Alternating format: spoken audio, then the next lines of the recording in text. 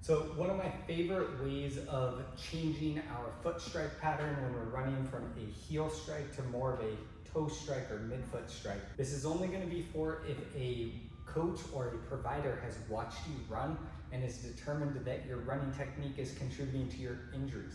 You should not be doing any of this sort of stuff if you're just changing it to change it. So a drill that you can do using a mobility band. This can either be a partner workout or set up on a rig like I have here. You're gonna take a pretty thick mobility band. This is about 100 pounds of resistance. You're gonna step into the band and put it right on your hip bones. So if you're doing this with a partner, your partner is just gonna be holding onto the band. What that is cueing us to do is lean forward a little bit. So a forward trunk lean, about 10 degrees or so, is going to cue us into more of that mid to forefoot strike. If I were to just fall forward, I'm going to land with my foot kind of right under my center of gravity versus if I fell forward and I heel strike, that just looked awkward, right?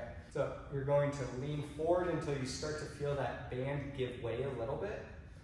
And then we're just gonna work on slow, steady foot strikes. Make sure you have your arms going with this. I don't wanna see people with their arms still.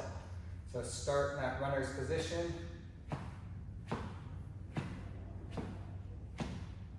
Once you feel comfortable with it slow, start to increase your cadence. If you're working on cadence training as well, this is where you can bring in a metronome. So you start working on increase cadence with that forward trunk lean. With this, you're always going to want to translate that to your actual runs. So you really want to do this drill for about 30 seconds to a minute, 3 to 5 times as part of your running training. Maybe it's one of your off days so that we can learn the mechanics of this and then start incorporating that into intervals, so small bouts during your actual training runs.